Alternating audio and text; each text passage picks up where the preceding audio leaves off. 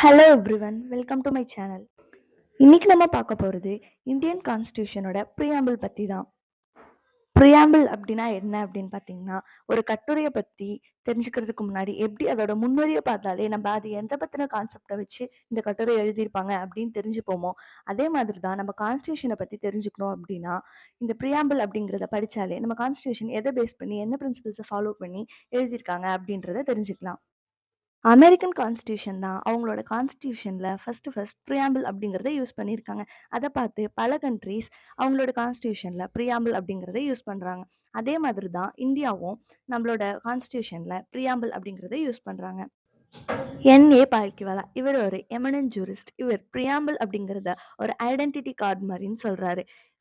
எப்படி ஐடென்டி கார்டில் நம்மளோட டீட்டெயில்ஸ்லாம் இருக்குமோ, அதை பார்த்தாலே நம்மள பத்தின டீட்டெயில்ஸை தெரிஞ்சுக்கலாமோ, அதே மாதிரி தான் நம்மளோட கான்ஸ்டியூஷனை ஃபுல்லா படிச்சு தெரிஞ்சுக்கணும்னு இல்ல.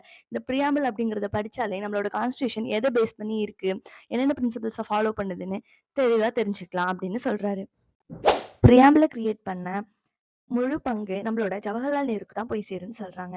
ஏன்னா, அவர் தான் அப்ஜெக்டிவ் ரெசல்யூஷன் அப்படிங்கிற ஒண்ண கிரியேட் பண்ணாரு. அதாவது அப்ஜெக்டிவ் ரெசல்யூஷன் அப்படிங்கிறது நம்மளோட கண்ட்ரி இண்டிபெண்டன்ஸ் ஆனதுக்கு அப்புறமா நம்ம என்னென்ன கோல்ஸை அச்சீவ் பண்ணணும் அப்படின்றத பத்திலாம் இதுல சொல்லியிருப்பாங்க.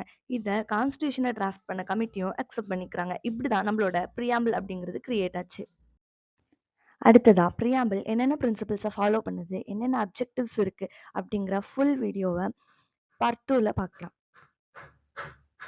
இந்த வீடியோ யூஸ்ஃபுல்லா இருக்குன்னு நினைச்சீங்கன்னா லைக் பண்ணிட்டு உங்களோட ஃப்ரெண்ட்ஸ்க்கு ஷேர் பண்ணிட்டு இந்த மாதிரி தெரியாத விஷயங்களை தெரிஞ்சுக்க என்னோட சேனலை சப்ஸ்கிரைப் பண்ணிக்கோங்க.